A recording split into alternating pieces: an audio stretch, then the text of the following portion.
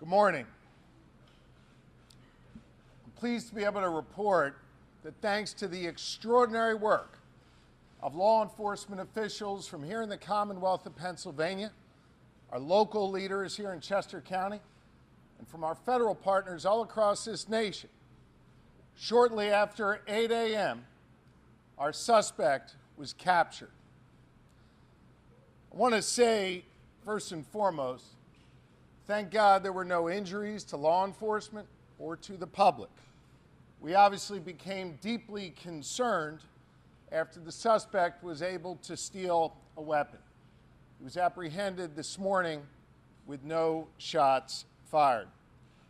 I want to say thank you to the dedicated law enforcement professionals from every level who each and every day go out of their homes, leave their families, leave their loved ones to keep us safe. The public, over the last 13 days, has had a chance to see what excellence in law enforcement means, what true, dedicated professionalism is all about. I couldn't be more proud to be standing up here today with these professionals from every level.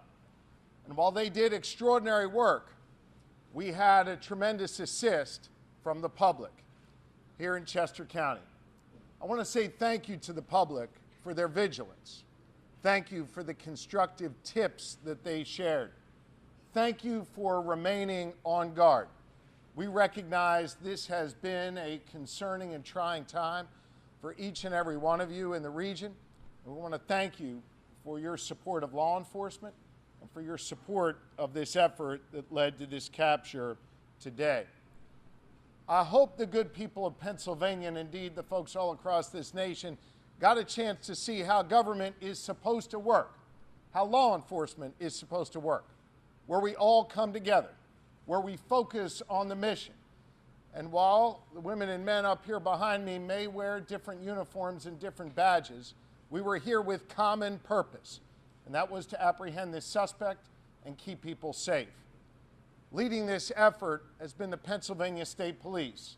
And I know I'm going to get booed by some of the folks behind me for saying this. I believe they are the finest law enforcement agency in the United States of America, and I could not be more proud to be the governor of this Commonwealth and to have the chance to serve in public service alongside these great leaders in the Pennsylvania State Police. Leading the effort for us is Colonel Christopher Paris, who did yeoman's work overseeing this operation together with Lieutenant Colonel Bivens.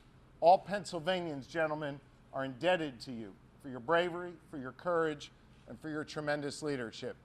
And with that, it's my honor to bring up the Colonel of the Pennsylvania State Police, Colonel Christopher Paris. Thank you, Governor. I would like to make a few brief comments. I'd like to dedicate those comments to the victims of Cavalcante and their families. At the end of the day, all of the people behind me here work for justice and for the victims. A close second to the people of Chester County. We appreciate your support, and we appreciate the dedication that you have shown us and the generosity that you have shown us. We are in your debt. This was a major operation. We know that it has affected your lives, and we're very much appreciative of that support. I'd like to thank the governor and his support of us, not only with his physical presence, but his work in Harrisburg on a daily basis. I'd like to thank the Border Patrol, Customs, the FBI, the Marshals, the ATF, our federal partners, the Chester County District Attorney, Deb Ryan, and her Chief County Detective, Dave Sassa. Our municipal partners, too numerous to mention here in Chester, Montgomery, Delaware, and Bucks counties. We could not have done this without everyone. I would like to thank, from the bottom of our hearts, the members of the Pomar Lynn Fire Company. I know the media has been in and out of here. The hospitality that they have shown us, the logistics that you need to bring to bear in an operation like this, we would have been hard-pressed to do that without them being good hosts to us. Lastly, but certainly not least in any way, shape, or form, to the women and men of the Pennsylvania State Police, thank you Thank you for your hard work and your diligence. This is my third manhunt with Lieutenant Colonel George Bivens. It's not lost on me that it was 9 years to the day yesterday for the Blooming Grove ambush. And in all of those operational cycles, there is no person who enjoys more of my trust and confidence. He was tasked with standing this operation up. My confidence in him is marrow deep. He is the consummate professional, and I would now like to turn it over to Lieutenant Colonel Bivens to give you the operational rundown of the capture of Cavalcante. Lieutenant Colonel Bivens.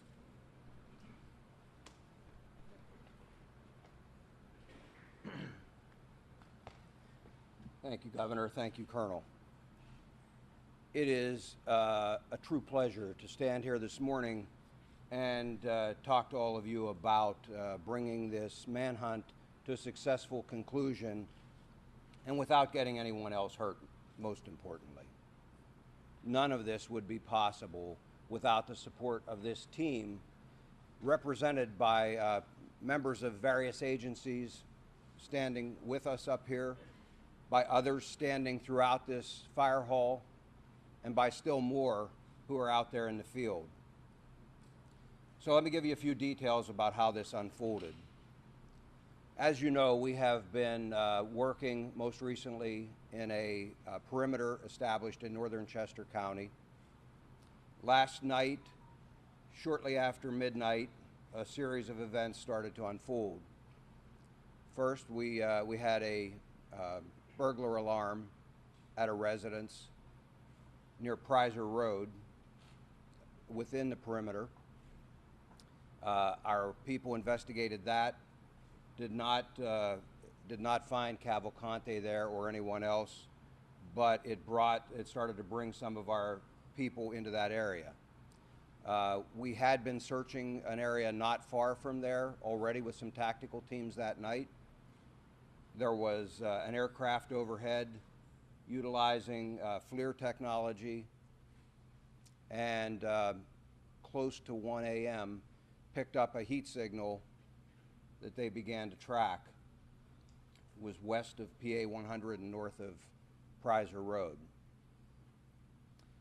Tactical teams began to converge on that location where the heat source was moving.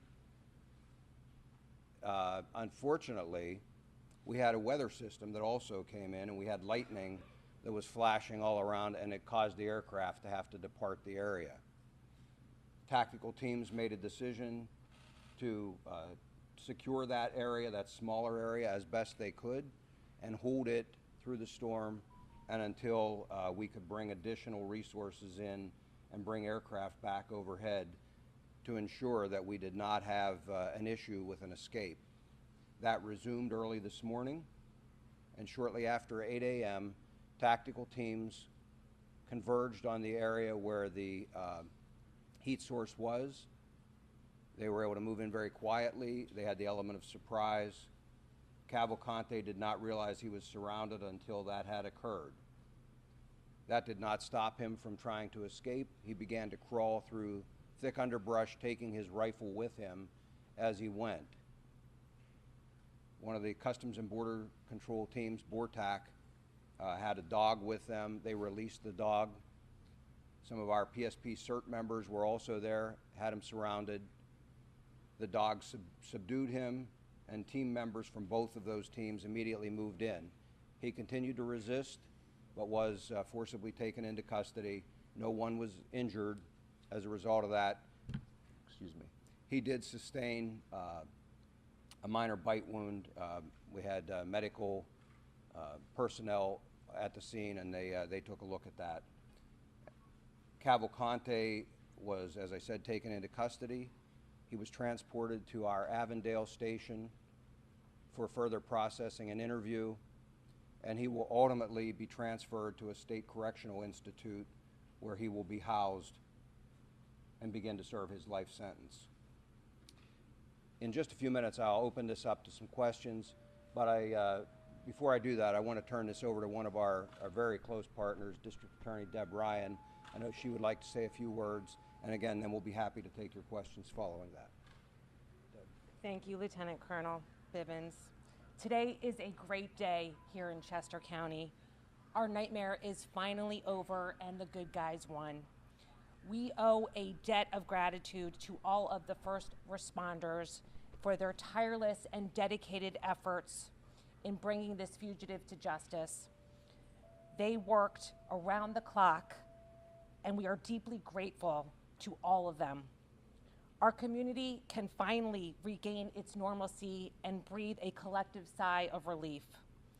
This would not have happened without the collaboration and efforts on behalf of a multitude of agencies. I need to thank the Governor, Colonel Paris, Lieutenant Colonel Bivens for his unflappable and dedicated leadership, the U.S. Marshals, the Chester County Detectives, the FBI, U.S. Customs and Border Patrol, the Department of Emergency Services, the Sheriff's Department, and every single person who went out into the field in the most horrendous conditions. We had weather problems, we had terrain problems, and a ton of obstacles that prevented our capture from occurring as expediently as we wanted. We have the best people in the business, and we never lost faith that this capture would occur. We knew that it was just a matter of time. The scope of this manhunt was extremely impressive. The brave men and women who went out there every single day are our heroes, and I am proud to be a part of this collective team of people who worked around the clock to bring this man to justice during this monumental challenge. They utilized every piece of advanced technology, dogs, drones, helicopters, every asset available was put out for this capture. I can't express our gratitude deep enough to all of them and to the community for their support. We received dozens and dozens of donations, well wishes, and kind support from everyone in the community, and we thank this firehouse for housing us. We know we disrupted their lives for a while.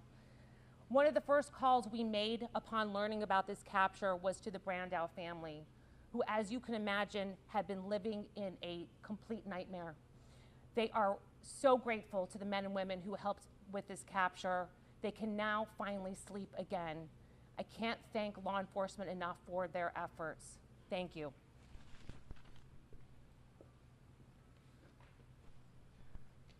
Okay, with that, we will be happy to take your questions. Yes. With the helicopter overboard, we saw the arrest taking place. There was some criticism about the photo op that was taken with the fugitive. Can you explain how that's actually a standard procedure, or what's the reasoning behind the photo op with the fugitive? You know, I'm aware that there was a photo op that was taken out there. Those men and women worked amazingly hard through some very trying circumstances. They're proud of their work. I'm not bothered at all by the fact that they took a photograph with him in custody. Again, they're proud of their work. They kept the community safe. I say thanks to them and good job. Sir, did he say anything in the moment that he was captured, and you released the name of the canine officer who bit him during his capture? We will probably not be releasing the name. And in terms of anything that he said, we need to use an interpreter, and he has been taken back to the station, and at that point, we will attempt to interview him at the Avondale station. He didn't say anything upon capture, anything at all. I'm not aware of it. If he did, I don't have that information. Lieutenant Colonel, your officers were authorized to use lethal force if he didn't actively surrender. Was the goal to always take him in alive? That's always our first choice and preference. Again, that option is only to prevent the escape of a very dangerous individual. Had they not been able to contain him, that would have remained an option. Who specifically made the arrest? Which organization? It was a combination, it was a combined group of the Border Patrol and PSP. Earlier at 1 o'clock caption, when he went into the van, he was stripped and had his tattoos photographed. Is that normal procedure? Yes. When the thermal imaging happened at 1 o'clock, was he in the same location when you found him? Wait, I'm sorry, you'd ask first, ma'am. Was he asleep when you found him? He was proned out. I've not been told that he was asleep. I'm told that he was proned out trying to hide and then began to crawl away. Was it the same location when you got the thermal imaging at 1 and you found him at 8? It was in that close proximity to that, yes. What was the weather man was helping him? no one was assisting him at that point. Sir, what was the agency that was flying the helicopter that first spotted the heat? That was the DEA, and that was a fixed-wing aircraft. Were you worried as law enforcement that you had to down the plane and there could be another chance for escape? I mean, that's obviously the plane had to land, but what kind of risk did you have to calculate with that? Well, you know, as I've told you throughout this investigation, there are always things we have to contend with. Everything isn't scripted and doesn't go perfectly. And so it's just another challenge. Worried, I don't think, is the word that I would use. We simply had to adapt. And so we secured that inner perimeter while always keeping our outer perimeter secure, so that if he did manage to get out of that inner, we would box him in yet again. How tough an adversary was he? He led some very high-profile, difficult manhunts. How tough an adversary was he compared to some of the others? You know, I don't know that he was particularly skilled. He was desperate, and I've said that all along. You have an individual whose choice is go back to prison and spend the rest of your life in a place you don't want to be, or continue to try and evade capture. He chose the evade capture. He was in good shape, obviously able to climb, as you saw, to get out of prison. But ultimately, as I said all along, we had an amazing team assembled here, capabilities that are just very formidable. And I was confident all along that he would eventually be captured. And ultimately, this team, and I credit all of them, for bringing together their collective experience, the resources, and being able to apply that and capture him. It's never easy to find someone who doesn't want to be found in a very large area. Previously, you said you were reserving comment on if anybody was helping him throughout the search. I know you said no one helped him this morning. Can you say now that he's in custody whether he received help these last 13 days?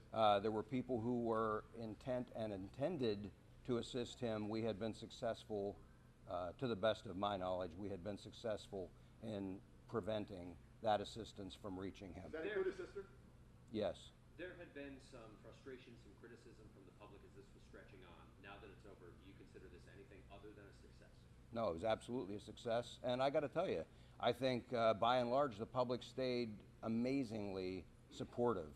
I had some third grade students stop by yesterday and drop off letters and notes of support for all of these responders. We put them out for them to see at briefing time and things. That's the kind of support we saw from this community. There will always be criticism. There will always be people who think they can do this job better, and they're entitled to that opinion. What I would tell you is, again, I put my faith in this group of experts, this group of seasoned law enforcement professionals, the dedicated men and women, not only of the Pennsylvania State Police, but of all of the other partner agencies who went out there every day. I'll put my money on them any day of the week, and I believe the community supported them and continues to. Will he be charged with escape, and when will those charges be filed? We'll be discussing with the district attorney what, if any, charges will be filed. But for right now, again, there is a commitment, and he is going to begin serving his life sentence at a state correctional institution. When was his sister now? She is in the deportation proceedings. That will proceed as had been initiated. Do you know where Cavalcante got the eagles? I'm sorry? Do you know where Cavalcante got the eagles hoodie from? I do not. Other than the rifle, what did he have with him? Did he have anything else? Just the clothing and things that he was wearing. Did he at the attempt time. to shoot? Did he attempt to try to disengage? He did not have an opportunity to, no, sir. Officers were on the ground as you converged. I don't have an exact number, but looking at the teams we were sending in there, in the immediate vicinity was probably 20 to 25. And can you tell us more about what those 20 to 25 look like? Like, did they have specific armor? What Yes, they were tactical. They were a tactical team. You would expect camouflage, full armor, long rifles, that kind of thing. which agencies? Customs and Border Patrol was their BORTAC team out of El Paso, and then Pennsylvania State Police CERT. It's our Special Emergency Response Team. Once on the ground, they've now pinpointed him, right? They're Yes. on the ground and they're quietly moving into place. Length of time? From that point, probably 5 minutes. It played out fairly quickly once they had identified him and moved in. He detected them at that point once they were already in position, and again, he started to crawl away, and it played out very quickly then. Sir, what is your greatest lesson from this 14-day manhunt? You know, I don't know that there's any single lesson. I will tell you that I learned something from all of these, and as I told you before, I bring that experience to the next one. And so I just go back to, it's all about the team. It's about assembling the right group of people, the right technology, the people with can-do attitudes who will stick with you through the investigation, and that's what we did. And it's worked well for us in the past, and I'm sure will work well for us in the future. Colonel, said there were people intending to help. I just want to see if we can get a little more detail from you on that. You did mention, you did confirm the sister was intending to help. Who else might have been intending to help? And then can you give us any details? And the reason I'm not going to talk about that again, as I mentioned, we will be discussing with the district attorney whether there will be any additional charges. I don't expect that there will be on that aspect, but we want to have that discussion before we disclose anything else. Help police to catch him? Did he stop because of the rain? Is that right? No, I think he stopped because his normal pattern was to travel in the late evening, early or overnight hours. Whether he got tired or whatever, normally he typically didn't travel then later at night, and he typically did not travel during the day unless we pushed him. And we did have several instances of that where he was pushed and had to move.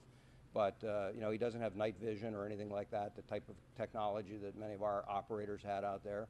And so traversing rugged terrain is difficult to do. I believe it was just easier for him to do in the late evening hours and late afternoon. I believe that's what caused it. It was a scalp wound, and they bleed pretty significantly. I'm told there was not any significant injury. Did he have a phone? Just one, ma'am. He was able to get a car and a gun, a vehicle and a gun during this 2-week period. Is that surprising? Are you sort of astonished that some of the public were by that? No, I mean, all along, you know, we asked people to secure as best they could. Unfortunately, he was still able to acquire some of those things. Again, those are just some of the challenges we deal with in an investigation like this. Our people rise to those challenges, and ultimately, again, he was successfully captured. I know that you led the effort also in July earlier this year when that person escaped using bed sheets. It was a chocolate lab that ultimately led to his arrest, and now here we are again. You're talking about a canine moving in and basically disabling Cavalcante. Can you just kind of talk about the having canines and their use and how much of an asset they are when you're trying to navigate tough terrain and track down dangerous people? Sure. I mean, in the case of Tucker, he was kind of a civilian. I would say we deputized, and brought him in. He's now an honorary member of PSP, but lab. But he was not involved in this. That was in Warren that this gentleman was referring to. Just, you know, I believe it's a Shepherd or a Belgian Malinois. For those of us who aren't familiar, Just 1 minute, if I can come back to this gentleman, I apologize. In any event, canines play a very important role, not only for tracking, but also for, just like in a circumstance like this, safely capturing someone. Far better that we're able to release a patrol dog like this and have them subdue the individual than have to use lethal force. And so, again, our preference is always to use other means. Canines play a very important role. for those of us who aren't familiar with the area, can you tell us a little bit more about where he was? It appears he's in front of a commercial building. Was he hiding within that building, or he was? He was in the wooded area, again, west of PA 100 there. I'm sorry, west of. PA 100. Okay. Are you aware of how he was getting nourishment and, liquids? No, that'll all be part of the interview we'll attempt to do. Whether he'll talk to us or not, that's obviously entirely up to him.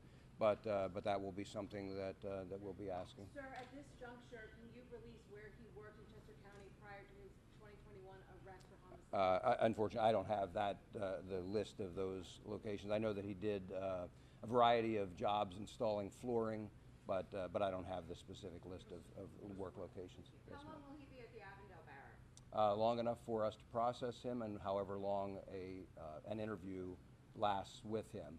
I don't expect it to be for a very extended period of time, and again, at that point, he'll be transported to an SCI. Sir, is there any concern that he would team up with another small man to step inside of a trench coat, Little Rascal style? No. Can you give us more detail on the actual encounter with the dog?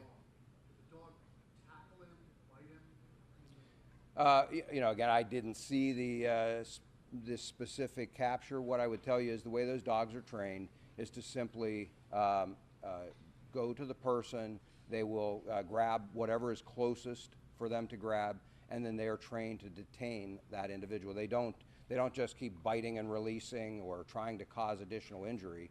They simply grab onto and try and hold that person in place until officers can get there. So that's why they're never released, you know, at some great distance or unsupervised. There are officers close by who can then move in. The handler can immediately pull the dog back off of they give them a command, pull the dog back off, and then officers take over from there. He did. I don't have the name right now. Was there any body cam footage or doggy cam footage in the situation of him getting the arrest, of anything happening? Not that I'm aware of, And sir. then secondly, Border Patrol, are they here? Yes. Can we talk about the expertise of Border Patrol being here to make that arrest? Do you want to? What your experience played in, how that made you could step up? Sure. Now, Border Patrol is trained in tracking and pursuing. From the time an agent comes on duty, assigned to the southwest border, they get lots of experience tracking and trailing people. And then with our technology and other resources, that just aids in the searches like this one. Different terrain than normally what you're working with, correct? So Border Patrol is assigned to both the northern border and the southwest border. So we got training and experience in all types of terrain. Just tell us specifically what you did here. What did you do here to capture this man? We assisted the state and local partners with our resources, whether performing observation at night, searches during the day, searches during night, and then obviously we had our tactical teams here. Question for Governor Shapiro, if you mind. Governor, yesterday you described just now 24 hours ago right here that you were calm and that your commanders over this operation were also calm. In hindsight, how did you balance the obvious pressures from outside that were forever saying, find him yesterday? Look, we had a job to do, and that was to capture Cavalcante. And I had the absolute best team working on this. I'm proud to be associated with the Pennsylvania State Police and all the law enforcement leaders who were behind me, federal, state, and local. We knew we had the best, and we knew, as Colonel Bivens said multiple times, he was desperate and it was just a matter of time. I couldn't be more proud of them. And I want to come back to two questions over here that are related to Mr. Holden's question. One was about the assets that we deployed beyond the people. I hope that the public takes great pride in the technology, in the canines, and in all of the assets that were brought to bear here. We ask a lot of the public through their tax dollars to support the police, to support law enforcement at every level. And they got a front row seat here in Chester County and across Pennsylvania to see the extraordinary work not only these individuals do, but the great technology we're able to bring to bear to ultimately capture dangerous suspects like this. The public should take great pride in that. And then to the gentleman's question there in the suit, folks, whoever had their Eagles hoodie stolen, if you could let us know, I'll do my best to get you one of those new Kelly Green ones, okay? Governor, can I just ask you, two escapes, two different individuals from the same prison in the same year. What do you say to people who live in this area to see what is happening at the Chester County Prison, and what are you guys going to do moving forward to try and prevent this kind of thing from ever happening again? Here in Pennsylvania, our system may be a little different from other states. We have state correctional institutions, and then we have county jails. In this case, the Chester County Jail is run by Chester County officials. They'll answer those questions as to what occurred and what changes are ultimately going to be made. Certainly, the State Department of Corrections will be here to assist in any reviews or in any other work that they need done to make sure that that facility is secured. They obviously have a lot of work to do there, and I'm confident under the leadership of Chairwoman Moskowitz and District Attorney Ryan and other leaders in the county, they'll get that done. Is it estimated that the cost of the manhunt is about $1 million a day? I can't put a price tag on it. We'll do our best to make sure that whatever can be tallied up is and is shared with the public. At the state level, I can't speak for our local or federal partners. Governor, you mentioned the pattern of what time of day he would travel. Were there any other patterns that you picked up on that were key in tracking him, containing him, and then ultimately catching him? There were a number of things that that we picked up on, and he didn't follow the same pattern every single time. Seemed to like to travel via creek beds. He liked other paths of less resistance, wood lines, power lines, gas lines, that type of thing. And that's actually fairly normal. Nobody wants to have to force their way through very heavy underbrush and things. And again, I mentioned the time of day, but all of that combined with some outstanding work and technology is really what brought this to a successful conclusion. How many people in Chester County are grateful for your efforts? I know you mentioned on Friday you were asked about containment and capture. Ultimately, that tactic was successful. Anyone that you would like to thank at this time? I know Land Hope donated breakfast yesterday. Wawa has been big help with lunch. Any small businesses you'd like to thank? And then again, the people of Chester County. I will tell you that we have been compiling a list, and I don't want to stand here right now because I will absolutely miss many. Some of those that you mentioned have been outstanding supporters of us, and I thank them. We will publish a list of all who helped us out because we are very, very appreciative. That level of support is really one of the things that allows our people to focus on the task at hand and to try and be successful even quicker than we might otherwise have to be.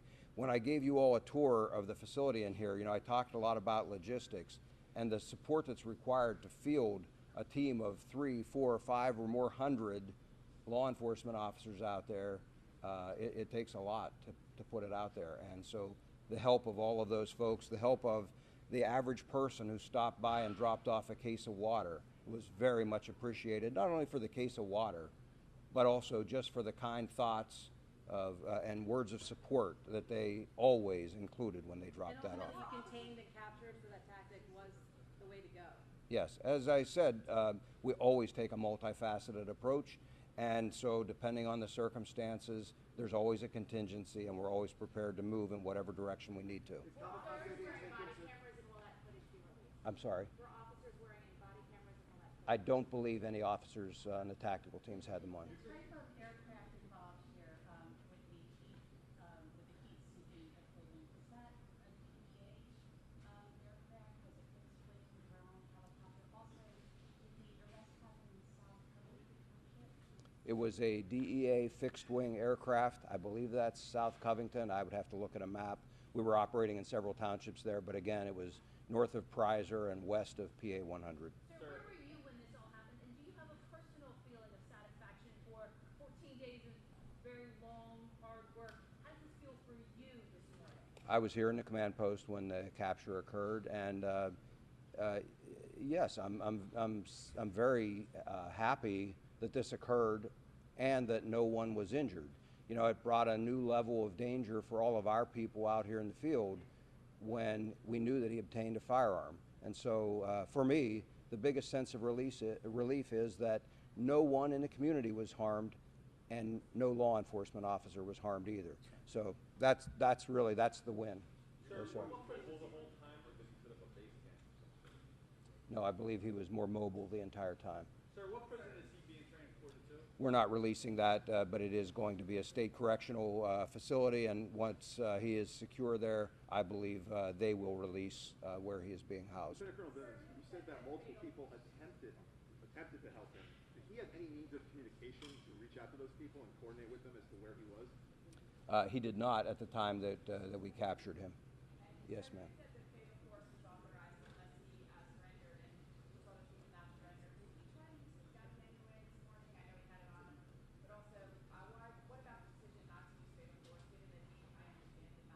Well, as I addressed a few minutes ago, yes, he had the firearm with him.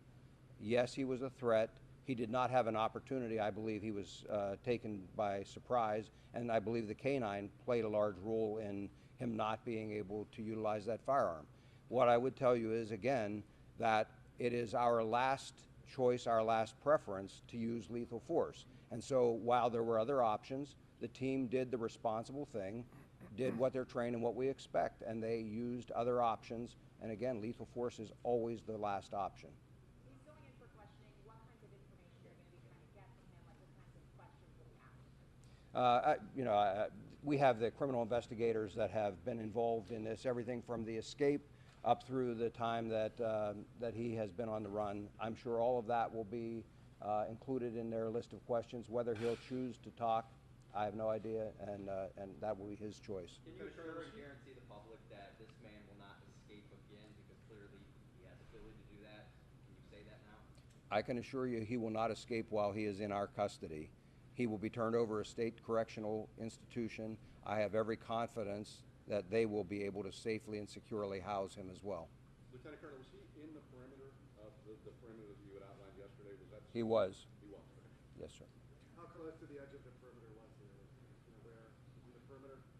It was within the perimeter, and he would have been within a few hundred yards of the eastern edge of the perimeter. Colonel, in terms of the public being involved, there was videos surfacing of vigilantes in Chester County trying to get involved in this case. Moving forward, if something like this happens again, what would you tell the public in regards to getting involved in a case like this? I would ask them the same thing that I asked this time, and that is, please don't come out and try to become involved like that. You potentially take away resources that would otherwise be spent on the search trying to deal with those individuals, and we don't want one of them to get hurt unintentionally. How far was the capture from where the burglary happened last night? Within a quarter mile. Colonel, once processed, It wasn't a burglary, it was an alarm, by the way, but once processed, any idea even ballpark time until transfer? it depends on whether he is cooperative and is interviewed. That could take minutes to hours, but I don't have the answer yet whether Does he's... he have a lawyer, do you know? I'm not aware of that. Sir, do we know if his sister and mother entered the country via Puerto Rico as well? I don't believe his mother is here, and I don't have that information immediately available here about where they entered. As I said, his sister, though, is in the process of being deported now. We have time for 2 more questions. Lieutenant Colonel, after everything that you've been through, seen with Cavalcante, once that interpreter is there, do you plan on having a conversation with him, asking him anything about all this? No. The investigators are quite competent. They'll gather the information that we believe is important if they're able to, and I'm confident that everything we need will be gathered in that way. There's no reason for me to have a personal discussion with him. What's your message to anybody else who tried to escape? Well, I think it's a very bad idea, obviously, and we will be here should something like this occur again. We'll put the team back together, and we'll be right back out after them.